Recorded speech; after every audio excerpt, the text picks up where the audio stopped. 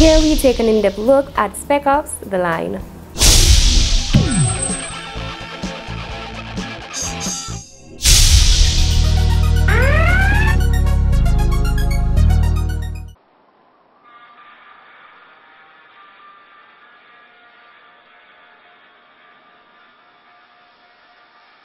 Now let me just be cut and dry about this one. Spec Ops: The Line is so far my biggest disappointment in games for 2012. Not to say it's a crap game, but I guess my expectations were a little bit too high for this one. You're f***ing kidding, right?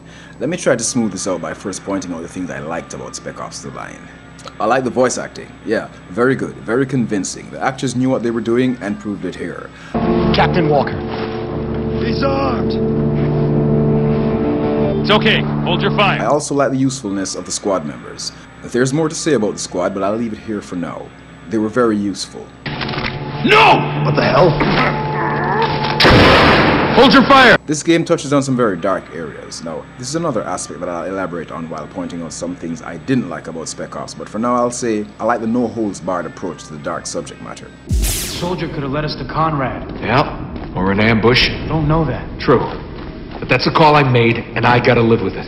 Executions. Like I've said before, nothing like a good execution move to get the day off to a good start. Unfortunately, this is another thing I'll have to revisit in my dislike section of this review. Captain Walker, we're all that's left at the damn 33rd. Now, I hope you paid attention to the spoiler alert. While this isn't necessarily a huge spoiler, it does involve the ending. I like the way the game wound down. No huge boss battles or anything like that. It just came to a nice, calm end. There. Finished. Now back to the squad. These guys are what I'd like to refer to as useful idiots.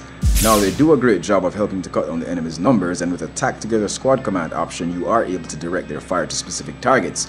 But these two guys are still idiots, as they'll most of the time put themselves in pretty bad spots where you have to expose yourself to great peril just to save them. Let's get back in it!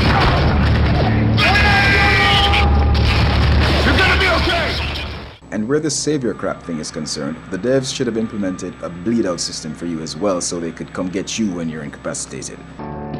So where we at? According to Gould's map, the gate's dead ahead. All you boys in brown out there in radio land, I'm happy to report that Agent Gould has left the building. The story.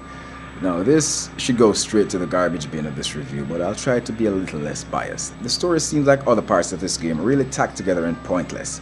To the very end I was asking myself, what is this crap? I really believe they could have put this whole evacuate Dubai thing to better use. Yeah, the story was weak and the voice acting couldn't help it. But maybe there are a select group of people out there who could actually relate to it, who knows? What the hell is going on? The controls in Spec Ops for most parts are good, with the exception of some unresponsiveness, usually experienced while moving in and out of cover or trying to turn and run. This feels really awkward and got me killed many times. What?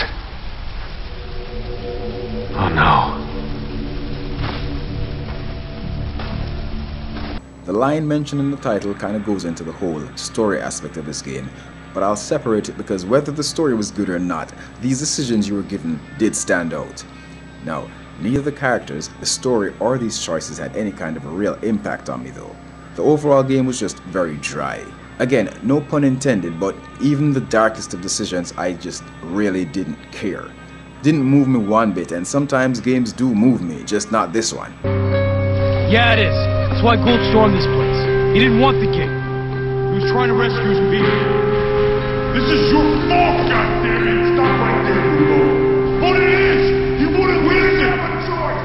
He turned us into killer! The graphics here are cool. Cool but disappointing. When I saw the clips prior to release, I thought this game was going to be unbelievably beautiful, but it was not. It's particularly ugly during multiplayer actually. I guess the whole Unreal Engine thing has done its days. God damn. Repetition. This game is so repetitive. You do the same things over and over. There are a few times when you might be hanging off the side of a truck or man the guns in a helicopter, but other than that, it's just the same old, same old. You walk a bit, talk some garbage while listening to your teammates whine like a bunch of high school girls about the atrocities they just witnessed or committed. Then you're under attack.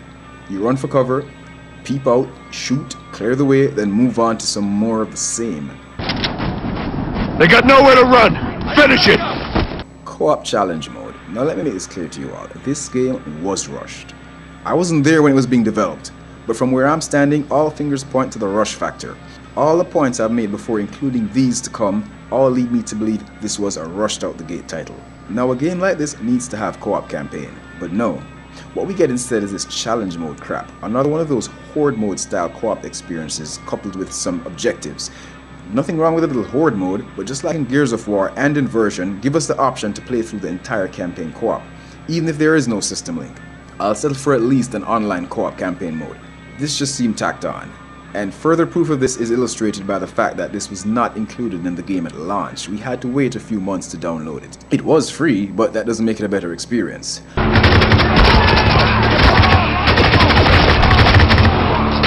The destructible environments were unimpressive, as I've seen it all before, but worth mentioning were these particular spots where you could shoot stuff down and use it to your advantage.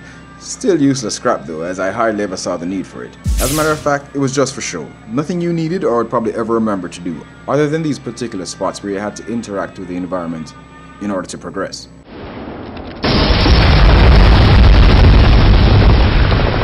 Form up on me. Let's move. For some reason, the checkpoints seem further apart than I'm used to. Maybe it's because this game wasn't really that great to begin with, and it pained me so much to have to start over at any given point. Put him down! You can't run and reload. Now, when will this madness end? Please devs, leave this crap in the Call of Duty titles and not spread this madness any further. At this point, Call of Duty devs could have their characters prancing around in pink leotards and people would still rush out and buy the games. But for these little games, barely getting their heads above water if at all, don't try to clone the follies of the bigger boys. Because trust me, that's crap. Be Call of Duty or some no-name title on the Xbox Arcade. Not being able to run and reload or shoot is just plain stupid.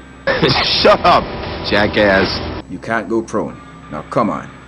Now, it's not like this game was designed in a way that you'd never need it.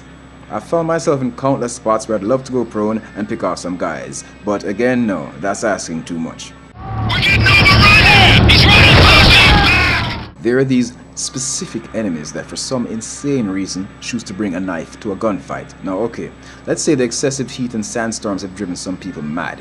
Mad to the point that they would actually try this. But my question is, why are these knife-wielding lunatics only after me? Now I've seen it time and time again where these guys run right past one of my squad members and go straight for me. They never try to kill your teammates, and equally retarded, your teammates allow them to run right by without doing anything to them. Engage the target! Anyway, with all this out on the table, with all this game's down points and just a few ups, the lab gives Spec Ops The Line a 6 out of 10. Wow. If I wasn't a hardened killing machine, I might have hurt.